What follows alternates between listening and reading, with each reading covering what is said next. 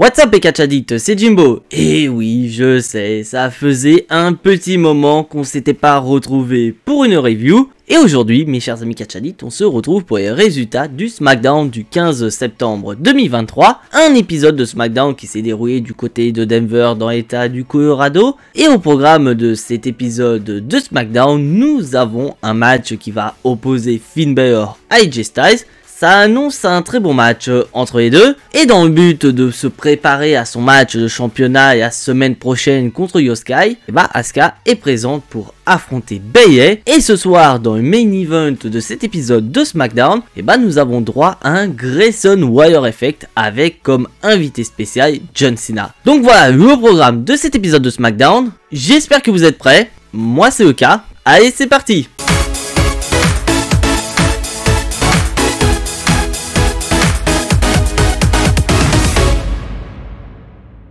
Et on va commencer cet épisode de SmackDown de manière surprenante, puisque nous allons avoir Pat McAfee qui va arriver. Un Pat McAfee qui était de passage, donc qui a décidé de venir du côté de SmackDown. Et surtout qui nous rappelle qu'il a été l'un des commentateurs pendant pas mal de temps du côté de SmackDown. Donc qui est hyper heureux d'être de retour du côté du showbuzz. Et d'ailleurs moi je kiffais quand Pat McAfee y était commentateur du côté de SmackDown. Surtout quand il y avait un certain Shinsuke Nakamura qui faisait son entrée. Mais en revanche, il va y en avoir un qui ne va pas trop kiffer et arriver de Pat McAfee du côté SmackDown. C'est ni plus ni moins que Austin Theory. Parce que oui, Austin Theory a un compte à régler avec Pat McAfee. Souvenez-vous mes chers amis catch addicts du côté de WrestleMania 38. Pat McAfee avait battu Austin Theory. Donc c'est une défaite que Austin Theory n'a toujours pas réussi à digérer malgré toutes ces années. Et il ira même jusqu'à dire que Pat McAfee n'a pas sa place ici. Il s'agit du show de Austin Theory. Et à Pat McAfee, il va nous sortir quelque chose de très intéressant en nous disant que ce n'est pas le show d'Austin Theory, c'est le show du pub. Donc moi personnellement, au moment où je regardais ce SmackDown, je me suis dit putain, est-ce qu'on va avoir de la dinguerie? Et spoiler rien mes chers amis catch addicts, on va avoir cette dinguerie, car on va avoir ni plus ni moins que The Rock qui va arriver. The Rock qu'on avait pu revu depuis de nombreuses années à la WWE. Et lui aussi était également de passage, donc il a décidé de faire un petit coucou du côté SmackDown. Et dès que The Rock est arrivé, le public de Denver était chaud comme la braise. Et The Rock il va justement profiter de la situation pour utiliser le public à son avantage, car il va littéralement se foutre de la gueule d'Austin Theory en demandant au public de chanter haut et fort que c'est littéralement un connard. Et à ce qui va être encore plus rigolo, c'est que The Rock il va jouer avec le prénom Austin Theory en disant voilà j'ai une théorie à te proposer, et dans 3 secondes je vais te foutre au sol. Donc The Rock il va commencer son décompte, mais Austin Theory va décider de l'attaquer. Mais voilà, The Rock il va faire ce qu'il a dit et il va porter un Spinebuster sur Austin Theory.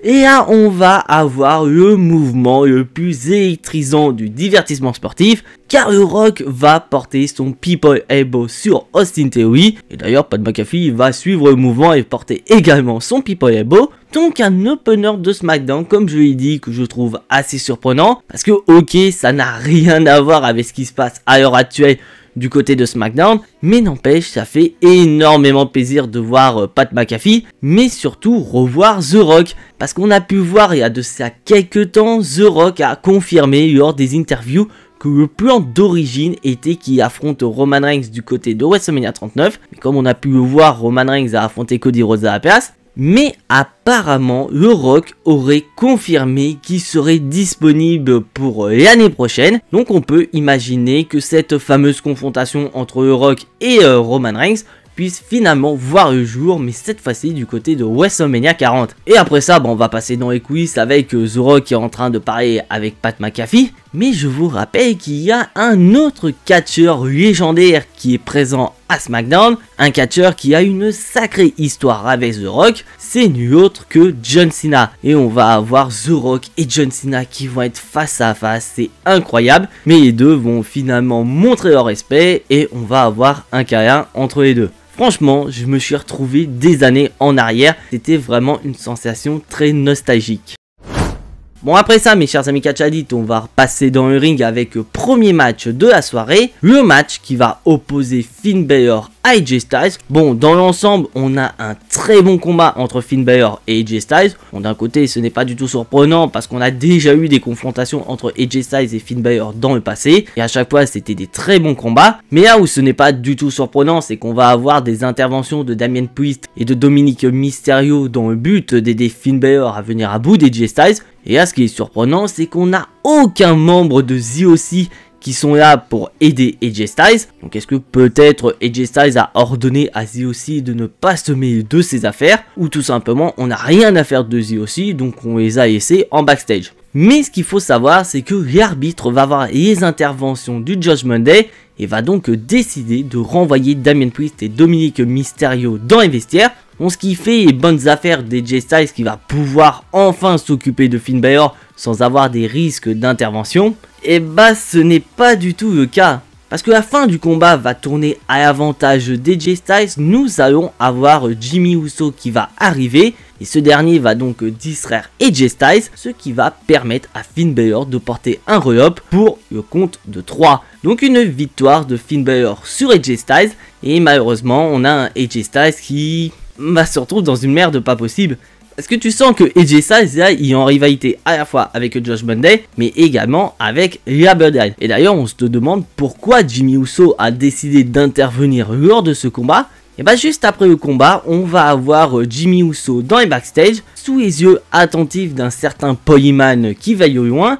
Et il va être rejoint par Finn Balor. Jimmy Uso explique que s'il est intervenu là lors de ce combat, c'est parce que la semaine dernière, quand il a affronté AJ Styles, le Judgment Day est intervenu pour aider. Donc en gros, grosso modo, Jimmy Uso était redevable envers le Judgment Day et que maintenant il est intervenu, bah ils sont quittes. Mais là, ce qui va être très intéressant, c'est que Finn Balor va rappeler ce qui s'est passé du côté de Raw. Il a vu Jey Uso et il a même proposé à ce dernier de rejoindre le Judgment Day. Mais Jey Uso n'a pas forcément répondu non à la proposition de Finn Balor. Mais Finn Balor, voilà, il va quand même faire la proposition à Jimmy Uso, car il aimerait bien que les Uso acceptent la proposition et rejoignent le Judgment Day dans le but de donner plus de pouvoir au Judgment Day, qui en a déjà pas mal depuis pas mal de temps.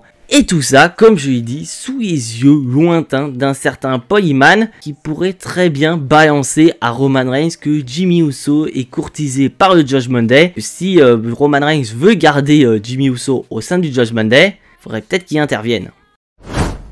Et après ça, on repasse dans le ring, mes chers amis catch addicts, avec la LWO et un Rey Mysterio qui est super heureux car il va nous rappeler que ces derniers temps, il était un petit peu en galère au niveau de sa famille, notamment avec sa rivalité face à Dominic Mysterio, mais que maintenant tout s'est arrangé, il a trouvé une nouvelle famille avec la Legado des Fantasma, et tellement il est heureux avec cette nouvelle famille, il est devenu le tout nouveau champion des États-Unis. Et là où je me suis dit, ça y est, c'est peut-être le moment pour Santos Escobar de briller, car ce dernier va couper Rey Mysterio, car il va rappeler que pour devenir champion des États-Unis, Rey Mysterio a certes battu Austin Theory, mais surtout qui a pris la place de Santos Escobar dans ce match de championnat. Et Santos Escobar va dire à Rey Mysterio que son plus grand rêve est d'affronter son idole, mais le plus dingue pour Santos Escobar serait d'affronter son idole pour un match de championnat. Donc Santos Escobar défie Rey Mysterio pour un match de championnat, et là t'es en train de te dire qu'on se dirige potentiellement sur un e-turn de Santos Escobar. Mais bon, ce n'est pas du tout le cas, mes chers amis catch addicts, car Rey Mysterio comprend Santos Escobar, donc en tant qu'ami, il ne va pas hésiter à répondre à la demande de Santos Escobar. Donc on aura très prochainement un match de championnat qui va opposer Santos Escobar à Rey Mysterio pour le titre de champion des États-Unis. Donc pour le moment, on ne sait pas quand est-ce qu'aura lieu ce match. Peut-être à Fastlane, et là tout d'un coup, la LWO va être interrompue par Bobby Lashley et Street Profits, et un Bobby Lashley qui exprime toujours sa volonté avec les Street Profits de dominer le roster de SmackDown. Et donc on va enchaîner immédiatement avec le prochain combat qui va opposer les Street Profits face au reste de la LWO, c'est-à-dire Joaquin Wilde et Cruz del Toro. Mais est-ce qu'on peut appeler ça un match en fait ? Car le match va se terminer par une victoire rapide des Street Profits. Et après ça, Bobby Hashi va ordonner aux Street Profits de s'en prendre à Cruz del Toro et Joaquin Wilde, jusqu'à ce que Santos Escobar et Rey Mysterio décident d'intervenir. Mais voilà, Bobby Hashi veille au grain et va s'en prendre directement à Santos Escobar. Et après ça, voilà, les Street Profits vont se défouler sur Rey Mysterio. Donc est-ce qu'on se dirigerait pas sur une rivalité entre la LWO et un nouveau clan formé par Bobby Hashi et les Street Profits? Car la semaine prochaine, du côté de SmackDown, Santos Escobar et Rey Mysterio se vengeront en affrontant les Street Profits. Je suis curieux de voir ce match.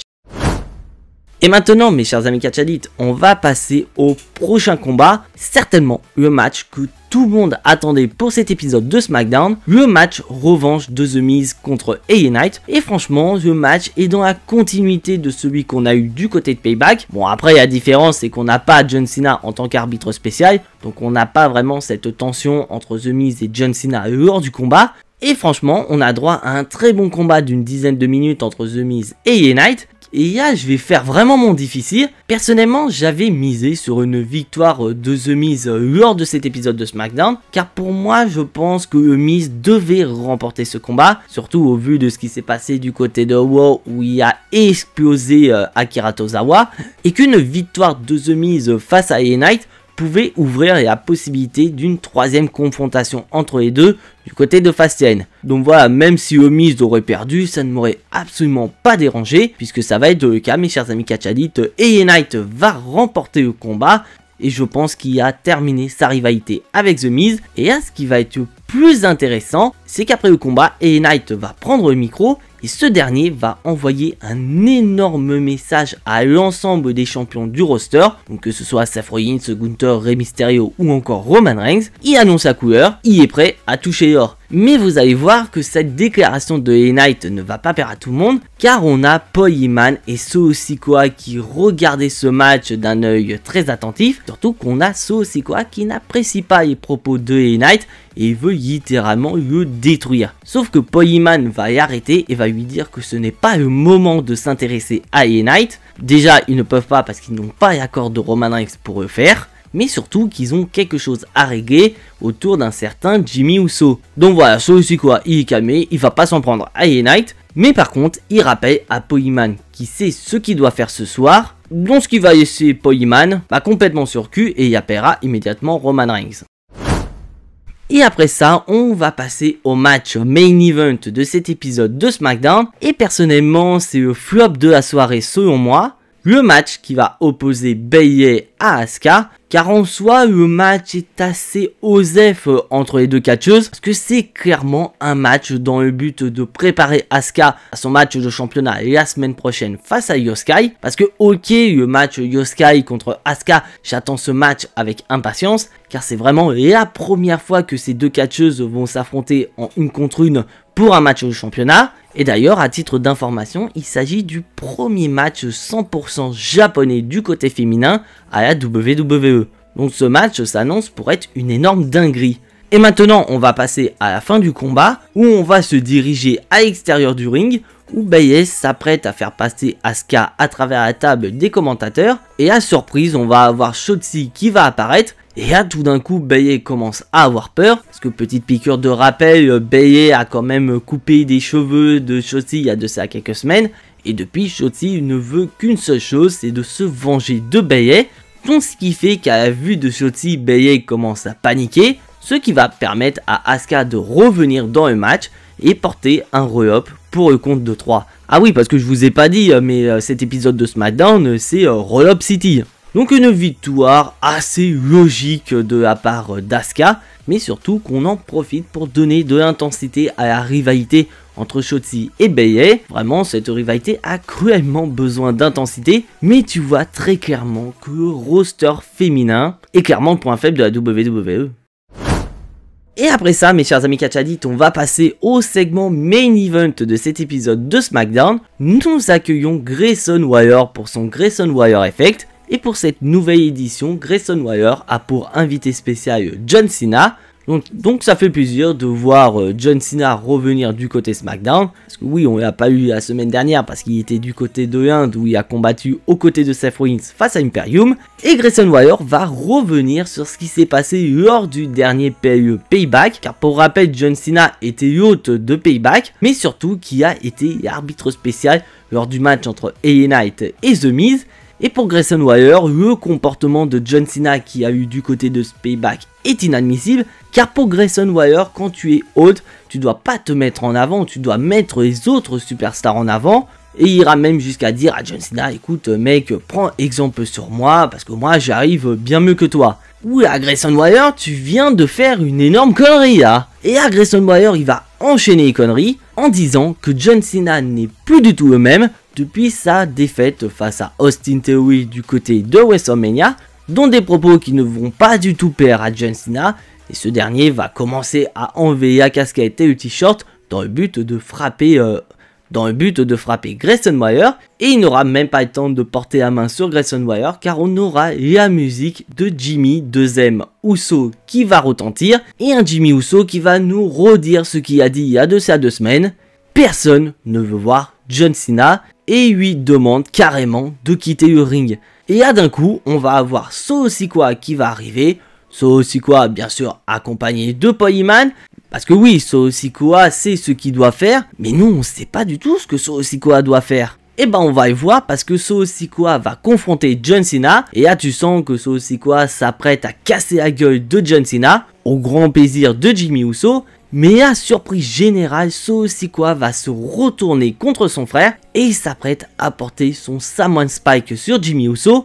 Sauf que c'était une ruse, mes chers amis catchadites, parce que Solo Sikoa va se retourner et porter un super kick sur John Cena, ce qui fait que Solo Sikoa et Jimmy Uso vont s'en prendre à John Cena, jusqu'à ce qu'un certain AJ Styles va arriver, et un AJ Styles qui va joindre ses forces à John Cena, dans le but de se débarrasser de Solo Sikoa et Jimmy Uso. Donc c'est vrai que c'était étonnant de voir AJ Styles intervenir pour aider John Cena, car beaucoup s'attendaient à une intervention de The Rock, mais d'un autre côté, je suis d'accord, ça aurait fait énormément plaisir de voir The Rock sauver les fesses de John Cena, et surtout que ça aurait pu lancer la future rivalité qu'on attend tous entre The Rock et Roman Reigns. Mais d'un autre côté, je trouve que c'est assez logique de faire intervenir AJ Styles pour aider John Cena, sachant que selon les rumeurs, on devrait avoir un show en Arabie Saoudite début novembre et qu'AJ Styles devrait rentrer en rivalité avec Roman Reigns au vu de ce pay-per-view en Arabie Saoudite. Donc pour moi, c'est assez logique qu'AJ Styles intervienne pour aider John Cena. Et d'ailleurs, on peut s'attendre à ce que la semaine prochaine du côté SmackDown, on ait un match tag team qui pourrait opposer Solo Sikoa et Jimmy Uso contre John Cena et AJ Styles. Franchement, si à ce match, je serais impatient d'être à SmackDown pour voir AJ Styles et John Cena travailler ensemble. Et surtout, ce qui est le plus intéressant, mes chers amis catchadites, c'est qu'au moment où John Cena s'apprête à porter son double A sur Jimmy Uso, on a Paul Heyman qui pendant tout ce temps est au téléphone avec Roman Reigns et il va immédiatement ordonner à Solo Sikoa de sauver son frère. Donc on peut laisser supposer que c'est Roman Reigns qui a dit à Paul Heyman de dire à Solo Sikoa qu'il doit sauver Jimmy Uso. Donc peut-être que Roman Reigns laisse une place disponible pour Jimmy Uso. Peut-être aussi pour anticiper l'éventualité que Jimmy Uso rejoigne le Judgment Day. Donc ça, on ne sait pas. Mais tu sens que cet épisode de SmackDown est avant toute chose nostalgique avec la présence de The Rock, John Cena ou encore Rey Mysterio. Mais surtout que tu avances petit à petit vers les rivalités, notamment par rapport à Jimmy Uso. Donc est-ce que ce dernier va rejoindre la Bloodline ou le Judgment Day? Faudra attendre les prochains épisodes pour voir la décision de Jimmy Uso.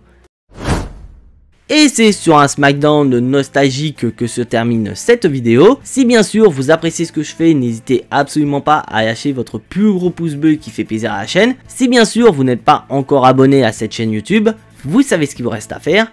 c'est de cliquer sur le bouton abonner, c'est entièrement gratuit et ça soutiendra la chaîne. Et je vous invite également à cliquer sur la petite cloche pour être notifié de la sortie des prochaines vidéos. Car en parlant de vidéos, mes chers amis Catch Addict, je vous donne rendez-vous demain pour une toute nouvelle vidéo. Donc je ne vous dis pas de quoi va traiter cette vidéo, mais une chose que je peux vous dire, c'est que cette vidéo est une vidéo un peu spéciale. Donc petit indice, c'est à peu près le même format que j'ai utilisé il y a de ça quelques temps sur ma vidéo spéciale sur Jey Uso. Donc j'espère que cette vidéo va vous plaire. Et encore une fois, je m'excuse du retard que j'ai accumulé ces derniers temps. Car ces derniers temps, j'avais plus beaucoup trop de temps pour me consacrer sur les vidéos. Mais voilà, je vous annonce que dès la semaine prochaine, tout va changer. Car déjà dans un premier temps, je suis en vacances. Ça fait plaisir parce qu'à la base, je devais être en vacances cette semaine. Mais surtout qu'à mon retour de vacances, tout va rentrer dans l'ordre au niveau professionnel. Donc ce qui fait que je reviendrai aux affaires et je pourrai vous proposer des vidéos un peu plus souples. Et je pourrai vous proposer des vidéos à un rythme bien plus soutenu que ces derniers temps. Mais en attendant, soyez tous très fiers d'être des Catch Addicts. C'était Jimbo et à la prochaine.